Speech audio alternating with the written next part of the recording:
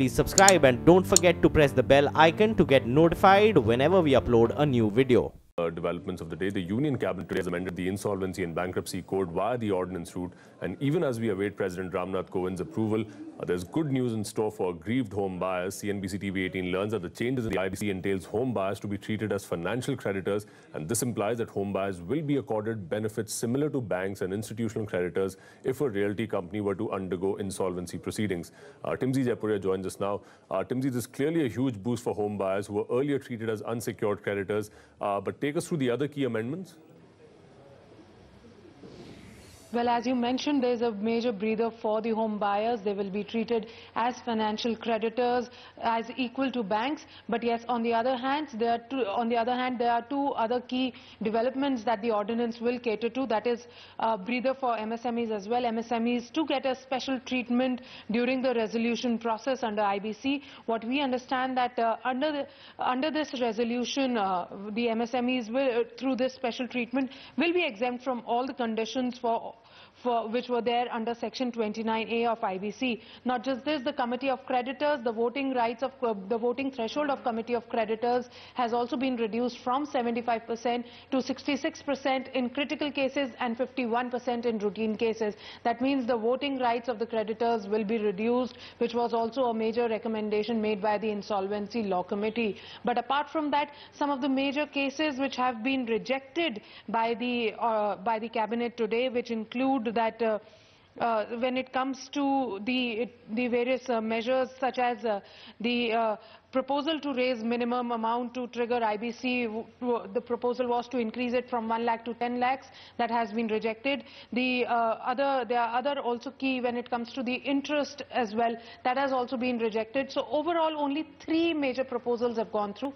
That is a relief for home buyers, a relief for MSMEs, and a reduction in the threshold of Committee of Creditors voting share. So all this is there in the ordinance. We'll keep you posted as soon as Ramnath Kovind, President, gives the concurrence to the ordinance so that it can be put out formally in the code. But yes, all these changes will be prospective and not retrospective.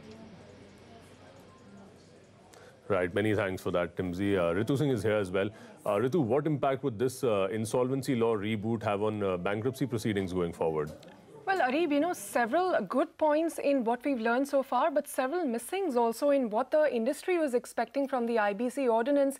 There were good 13 to 14 points that the ILC had recommended, but merely 3 have been adopted. So yes, there is good news for MSMEs, you know, given that even defaulting promoters there will be allowed to bid for their company. Otherwise, there was this fear among bankers that for these very small companies, there could be no takers at all under IBC. The second thing is home buyers, of course, this is coming in as a positive that now they will be part of all Committee of Creditors meeting. They will have a say, and they will also be treated as financial creditors on par with the banks.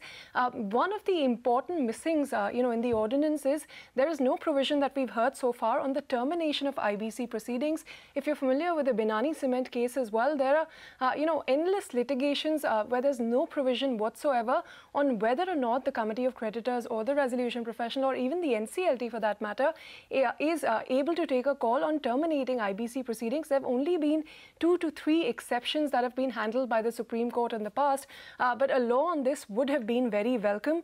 Voting threshold has been reduced, but I think that has not really been a problem so far with the COC meetings. Again, interim finance, this is you know, interest that is accrued on the money that is given to support the resolution plan for a period of 1 year after liquidation.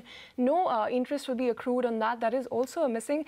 The other thing is the guarantor's liability. So assets of guarantors to corporate debtors will not be within the scope of the moratorium. This is something banks were really rooting for, but this is also something that has not come through in today's proposal.